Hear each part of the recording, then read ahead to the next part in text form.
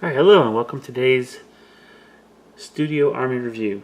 This is the Exodite army that's based on the Eldar Codex. And today we're going to go over my interpretation of the Striking Scorpions. As I mentioned in my overview video, I don't actually use aspect hosts or aspect warriors in their true form. I have an Exodite interpretation of each of them. It just fits, I think, a little better with the theme. And allows me to mix in some of the Exodite codex, fan codex units that are out there. Now, the first thing I looked at when I saw the Striking Scorpions was the high armor save, 3 up, and I liked the fact that they had this stealth shrouded kind of ability, move through cover kind of stuff. It was actually allowed this to be the first aspect warrior that I was able to translate into the Exodites. Now, at first, they were going to be the Sundred Knights. The Sundred Knights are Dragon Knights who lost their mount, the Dragon Mount, in combat. And due to the psychic trauma that occurs when that bond with their beast is severed, it kind of drives them a little bit, insane is not quite the word, but they become obsessed with honoring the memory of their mount, hoping to die a glorious death in honor of them. But anyway, we'll talk more about those when we get to that unit. I actually was able to find a better unit in a codex to interpret that Dragon Knight, Sundred Knights. So that kind of gave me something to think about. I stumbled across it and realized, you know what? There's a codex, Exodite codex unit called the Exodite Hunters that just fit perfectly. I had overlooked them before. So, to give you kind of a little background, this is the kind of the backstory for them. Shortly after the initial settlement of Lorien, the clans began to live off the land as much as possible to preserve the food stores brought with them on their long voyage. Now, some gathered food and herbs, while others began to establish farms.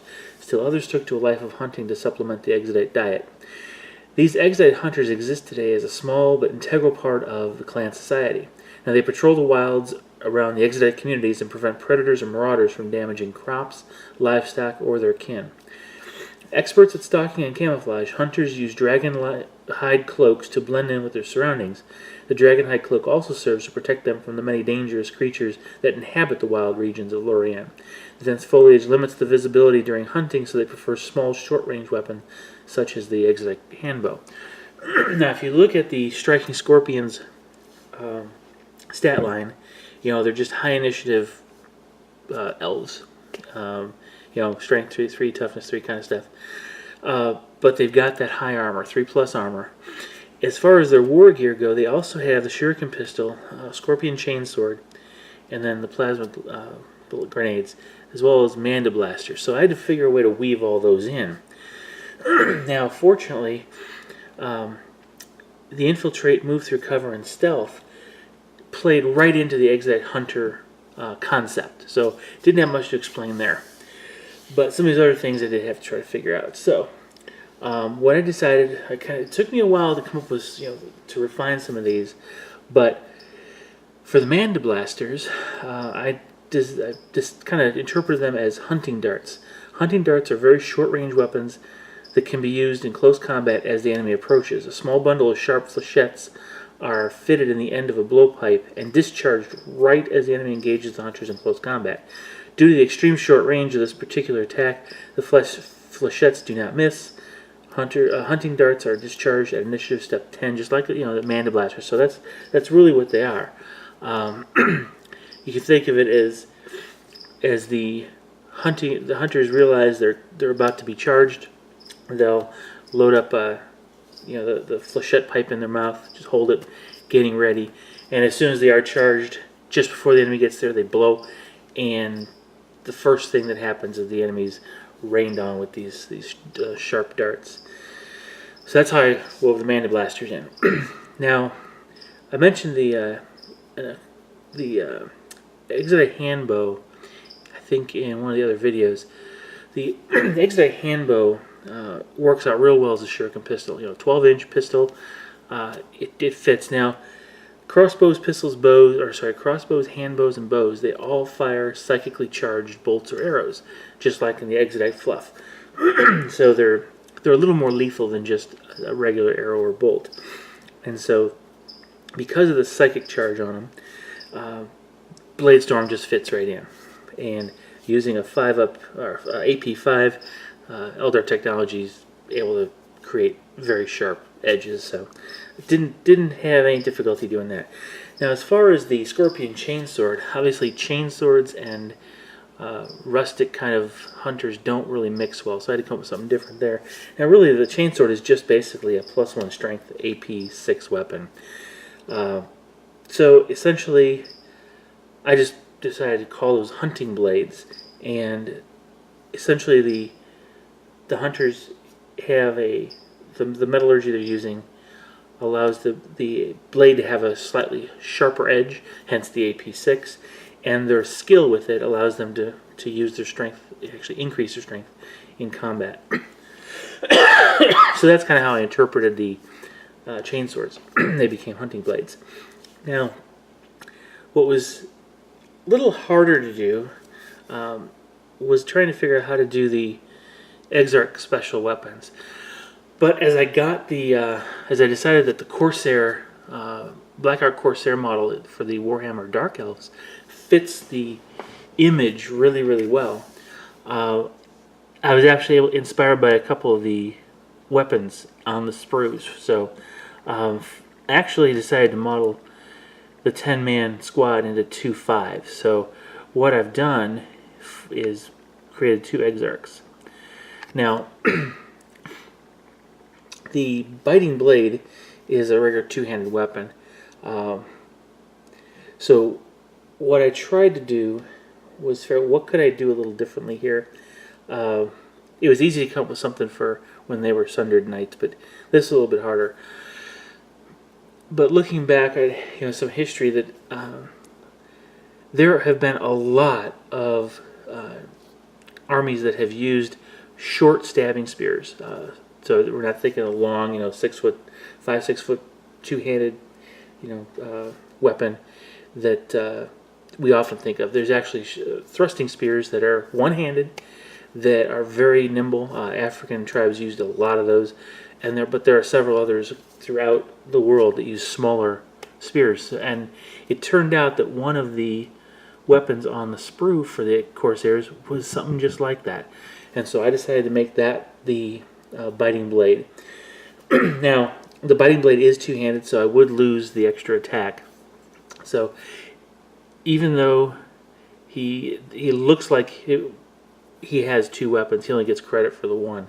So that's something that it's a little different. But if you think about the actual model of the Striking Scorpion Exarch, who trades in his chainsword for the biting blade, it works. He also has a weapon in the pistol, and he has his biting blade. He only gets 1 attack, though. He doesn't get the bonus for the pistol.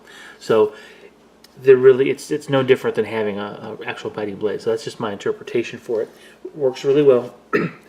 Now, the chain sabers, I don't actually have it modeled. I don't know that I'd ever use them personally. But it's just a. What I figured I would do is create them as a bladed hand bow almost, so they'd have a pair of those. Still kind of working on it, but that's kind of what I'm thinking. But what I was able to do is figure a version of the Scorpion Chainsword. Of course, the Exodite theme. This is called the Dragon's Claw, and again on the sprue of the Black Ark Corsairs, there was this pick-shaped weapon. It kind of looks like a bat, yeah, but when you're surrounding the model with all these dragon-esque styled other models, it looks more like a pick than it does a bat.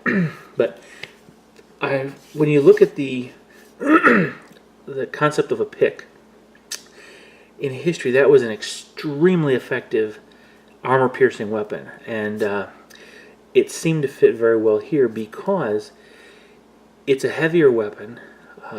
when it hits, it's going to carry. That's a lot of mass moving at a high velocity, and it's going to penetrate even the heavy plate mail that's out there in real life. So it kind of made sense that it would double the guy's strength, so it's a 6 strength instead of just 4 or 5, and it's AP2. It makes sense. It would penetrate heavier armor. So conceptually, the pick idea matched well. But if you look at the concept, the way the actual scorpion claw works, you actually buy the scorpion claw and replace his pistol, not his hand weapon. So he actually does still get 2 attacks, because the scorpion claw is, I don't believe it is a specialist weapon. Matter of fact, let's double check here. No, it's not. It's just a melee strength, 2 times strength, AP2. So he gets benefit of a second weapon, which happens to be his hunting blade or scorpion chainsword. Actually, in the actual scorpion. So he has +1 attack. Now, I didn't. The one thing that's weird about Scorpion Claw is that it actually incorporates a shuriken pistol in it. I didn't really want to try to make a weapon that shot also. So I figured, well, what I'll do is, pistol gives you the ability to shoot, obviously, and it gives you that second weapon that he already has. So on the model, it looks like he has the AP2 weapon and the shuriken pistol, which gives him the bonus attack and the range shot. So it's exactly the same attack profile as if he had used the Striking Scorpion Exarch with the Scorpion Claw upgrade. He hasn't given up his shooting attack, but he has kept his 2 close combat attack, or his close combat attack bonus +1 attack, and he gets the 2 times strength AP2 weapon. So it all works out. It's just modeled in a slightly different fashion. And so I haven't actually tried to run this whole unit. It's, again, running 5 scorpions in just one unit. That's kind of a little light. You want to have a slightly larger, or at least I found a slightly larger unit to absorb some of the shooting.